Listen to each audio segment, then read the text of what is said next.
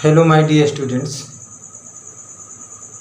आज हम लोग active voice and passive voice पढ़ने जा रहे हैं। एक्टिव से पैसिव बनाना सीखेंगे। आप जानते हो एक्टिव से पैसिव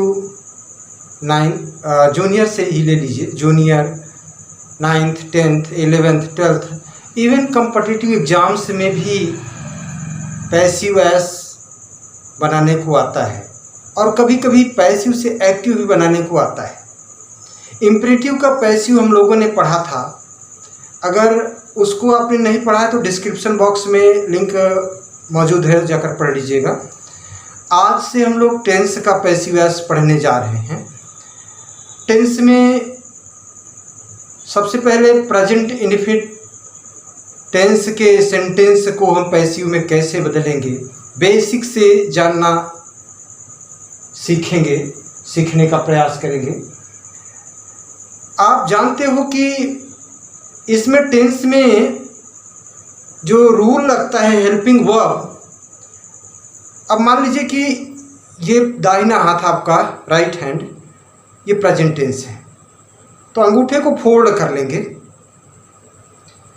तो जब ये दाहिना हाथ आपका प्रेजेंट टेंस है तो प्रेजेंट टेंस के चार भेद, तो ये हो जाएगा आपका present indefinite, present continuous, present perfect continuous.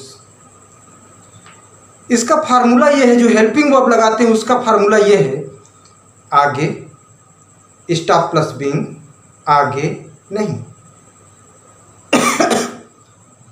आप लोगों को ऐसे ही मेरे साथ ये अंगूठा फोल्ड कीजिए और ऐसे उंगली निकालिए। ये आपका राइट हैंड प्रेजेंट टेंस है, तो ये present indefinite, present continuous, present perfect continuous. अब इसका फार्मूला ये है, जो हेल्पिंग वर्ब लगाते हैं हम वो इस तरह से लगाते हैं। क्या? आगे स्टॉप प्लस बीइंग, आगे नहीं हंसना नहीं है। एक बार मेरे साथ समझने का प्रयास कीजिए, सबको समझ में आ जाएगा, आप भूल नहीं पाओगे। क्या?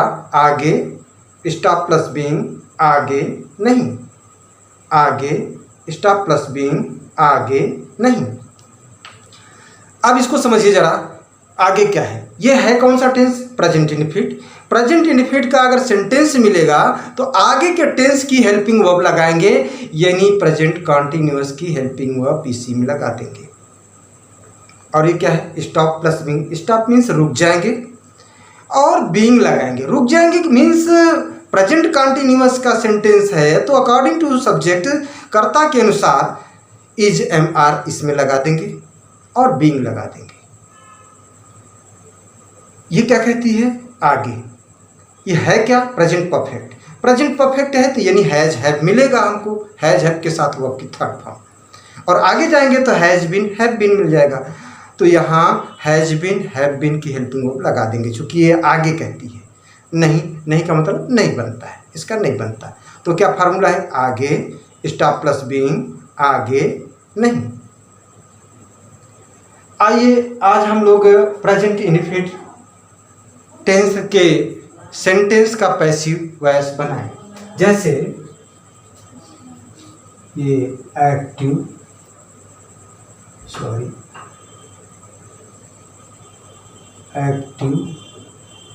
And passive voice.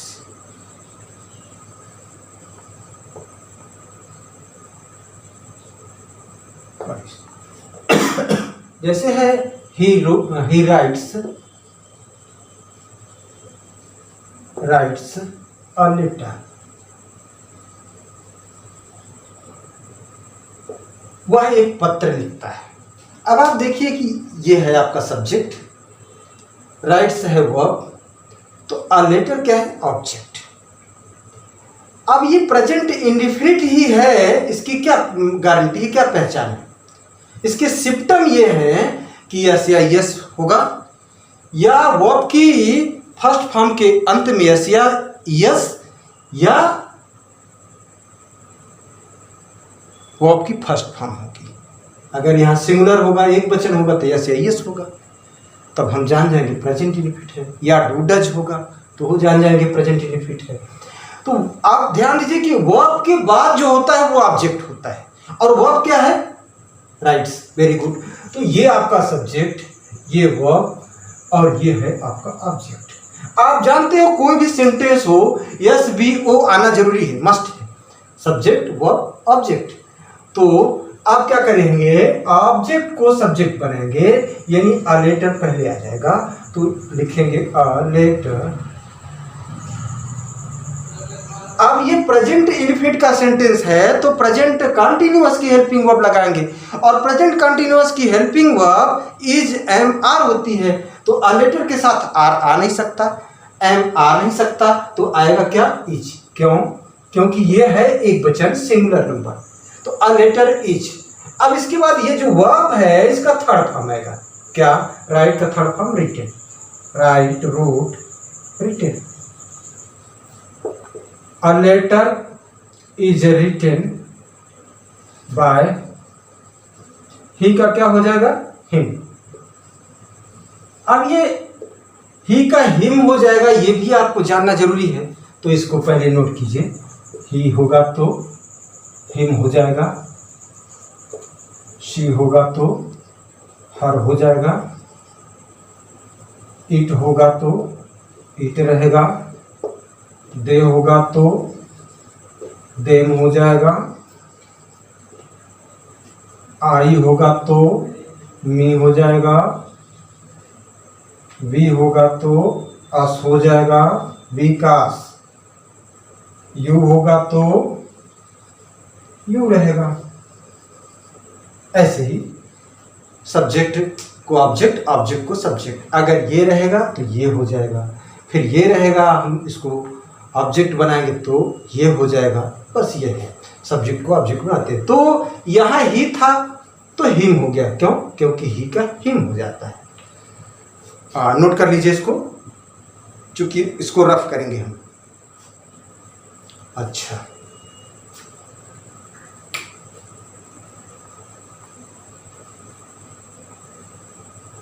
हाँ, अब नेक्स्ट सेंटेंस देखेंगे। He invite her. He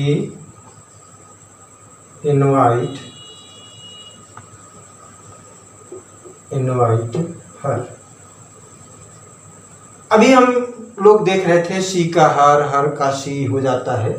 अब ये ही है सिंगुलर, तो इनवाइट से ही होगा निश्चित रूप से, तभी प्रेजेंट इनफिनिट होगा। तो ही इनवाइट्स हर, तो हर का क्या हो? ये सब्जेक्ट हो गया, ये वर्ब हो गई, और ये ऑब्जेक्ट। ऑब्जेक्ट को सब्जेक्ट बनाएंगे तो हर का क्या हो जाएगा? शी। Very good. क्योंकि अभी आपने देखा है ही का हिम, शी का हर, तो हर है तो शी हो जाएगा। आप हेल्पिंग वर्ब वैसे ही लगाएंगे। प्रेजेंट इनफिनिट का सेंटेंस है तो प्रेजेंट कंटीन्यूअस की है, हेल्पिंग वर्ब लगाएंगे। शी के साथ क्या आएगा? इज आएगा, तो शी इज।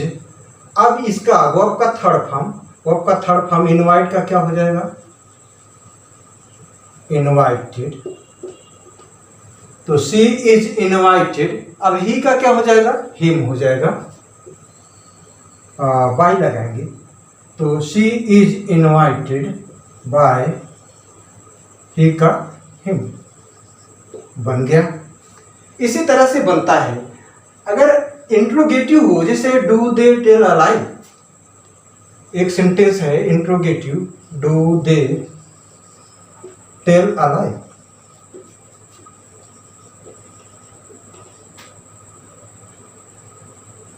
ये इंट्रोगेटिव सेंटेंस है। तो जैसे हम अभी असर्टिव को बना रहे थे वैसा ही इंट्रोगेटिव भी बनेगा।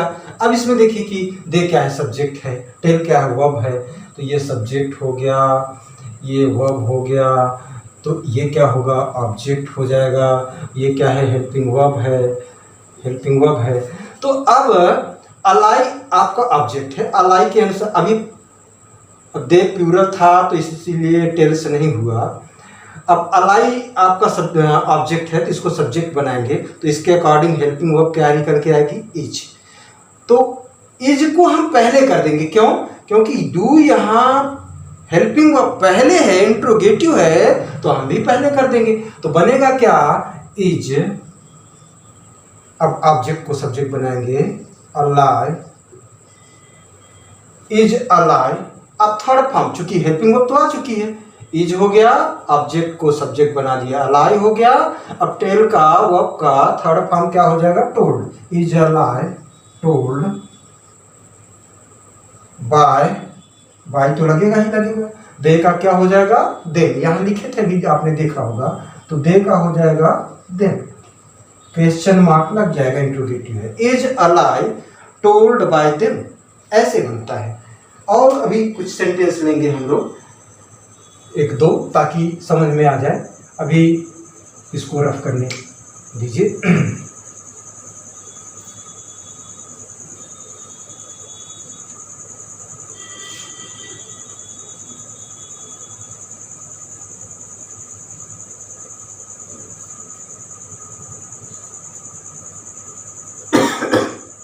Who sings a song? Sentence है who sings a song। गीत कौन गाता है? अभी प्रेजेंट इनफिनिट है, कैसे पता? यस या यस लगा है, वो अपने फर्स्ट फॉर्म के रूप में यस या यस लगा है, तो प्रेजेंट इनफिनिट है। अब हु वाला दूसरी टाइप से बनता है, क्या? हु अगर है तो बाय हुम पहले कर देते हैं, तो बनेगा बाय हुम। अब हेल्पिंग वर्ब लगाएंगे किसके अकॉर्डिंग, अ सॉन्ग के अकॉर्डिंग। और ये टेंस है प्रेजेंट इनफिनिट, क्योंकि सिंग्स लिखा है तो प्रेजेंट इनफिनिट है, तो हेल्पिंग वर्ब आगे जाएंगे। क्या अभी यही बता रहे थे कि आगे स्टॉप प्लस बीइंग, आगे नहीं, तो आगे अभी प्रेजेंट इनफिनिट है तो आगे जाएंगे तो क्या मिलेगा प्रेजेंट इनफिनिट के आगे, प्रेजेंट कंटिन्यूअस। प्रेजेंट कंटिन्यूअस की हेल्पिंग वर्ब क्या, इज एम आर, तो असॉन्ग के अकॉर्डिंग इज ही आएगी, तो by whom is a song. चूंकि अ सॉन्ग आपका सिंगुलर नंबर है और प्रेजेंट कंटिन्यूअस की हेल्पिंग वर्ब लगानी है, चूंकि ये सेंटेंस जो दिया है वो प्रेजेंट इनफिनिट का है, तो बाय होम अ सॉन्ग के अनुसार इज आएगा। अगर यहाँ सॉन्ग्स होता तब आर आता, यहाँ कहीं मी होता उसको आई बनाते तब एम आता, तो by whom is a song. अब उसके बाद ये वर्ब का थर्ड फॉर्म क्या, sing, sang, sung. By whom is a song sung, form learn करना पड़ेगा तब आएगा। By whom is a song sung. अब बाद में बाय नहीं लगाएंगे क्योंकि वो तो पहले आ गया है, और पहले आ गया तो दोबारा नहीं लिखना है। नेक्स्ट और लेते हैं कि व्हाई डज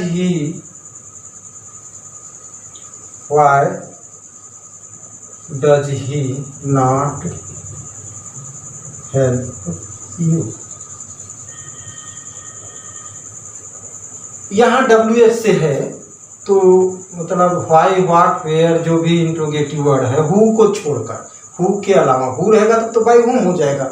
हु के अलावा जो भी इंट्रोगेटिव वर्ड होगा, ध्यान दीजिए, हु के अलावा जो भी इंट्रोगेटिव वर्ड होगा उसमें उसको पहले रखेंगे, तो व्हाई है तो व्हाई पहले लिख ही देंगे। अब ध्यान दीजिए कि ऑब्जेक्ट क्या है आपका, ऑब्जेक्ट क्या है, यू के अकॉर्डिंग हेल्पिंग वर्ब क्या आएगी, आर, तो आर लगा देंगे। क्यों? क्योंकि ये देखिए कि इंट्रोगेटिव वर्ड के बाद ये हेल्पिंग वर्ब आई है, वैसे ही इंट्रोगेटिव वर्ड के बाद हेल्पिंग वर्ब आ जाएगी। अब ये हेल्पिंग वर्ब आर क्यों आई, क्योंकि ये प्रेजेंट इनफिनिट का सेंटेंस है, तो प्रेजेंट कंटीन्यूअस की हेल्पिंग वर्ब लगाएंगे, और प्रेजेंट कंटीन्यूअस की helping verb is am are होती है। यू के अकॉर्डिंग, यू आपका सब्जेक्ट बनेगा तो यू के अकॉर्डिंग आर ही आएगी, ना कि इज या एम। तो व्हाई आर, फिर आएगा आपका यू जो ऑब्जेक्ट है, सब्जेक्ट बन जाएगा, व्हाई आर यू। अब नॉट है तो नॉट लिख देंगे, why are you not, why are you not, not. Help का third form helped, helped by, ये जो सब्जेक्ट था उसका ऑब्जेक्ट बन जाएगा। ही का क्या हो जाएगा, जरा बोलिएगा, ही का क्या हो जाएगा, हिम, क्वेश्चन मार्क लगा देंगे, चूंकि इंट्रोगेटिव तब भी था, अब भी है इंट्रोगेटिव। तो इस तरह से पैसिव वॉइस बनते हैं, और उम्मीद करता हूं कि आपको समझ में आ गया। अगर समझ में आ गया तो एक सेंटेंस में लिख रहा हूं, उसका आंसर आप लोग कमेंट बॉक्स में दीजिएगा। क्या राम रीड्स द रामायण।